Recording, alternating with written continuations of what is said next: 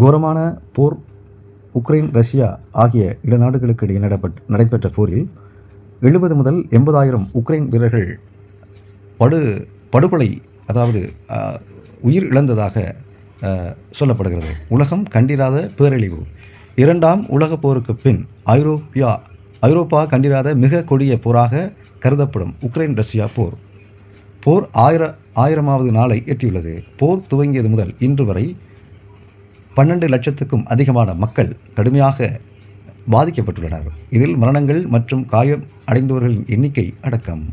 Ukraine நகரங்களுக்கும் கிராமங்களுக்கும் பேரழிவை சந்தித்துள்ளன.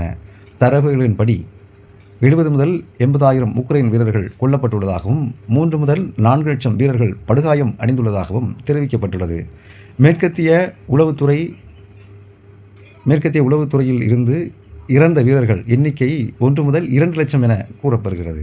ஆகஸ்ட் 31ஆம் தேதி நிலவரப்படி பொதுமக்களில் 10,000 முதல் 12,000க்கும் பேர் கொல்லப்பட்டுள்ளதாக 24,000 பேர் காயமடைந்துள்ளதாகவும் தெரிவிக்கப்பட்டுள்ளது. அத்துடன் கிட்டத்தட்ட 600 முதல் 700 வரையிலான உக்ரைனிய குழந்தைகளும் போரில் மரணமடைந்துள்ளதாக கூறப்படுகிறது.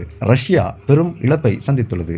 போர் தீவிரமான காலகட்டங்களில் நாளொன்றுக்கு 800 முதல் 1000 ரஷ்ய வீரர்கள் கொல்லப்பட்டதாக தெரிவிக்கப்பட்டுள்ளது.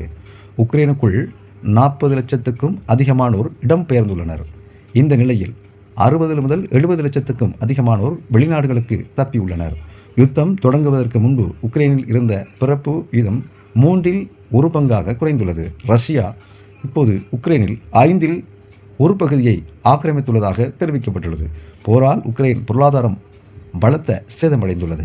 நாள்தோறும் மக்கள் பெரும் இன்னலும் அமைதிக்குள்ளாக்கப்பட்டுள்ளனர்.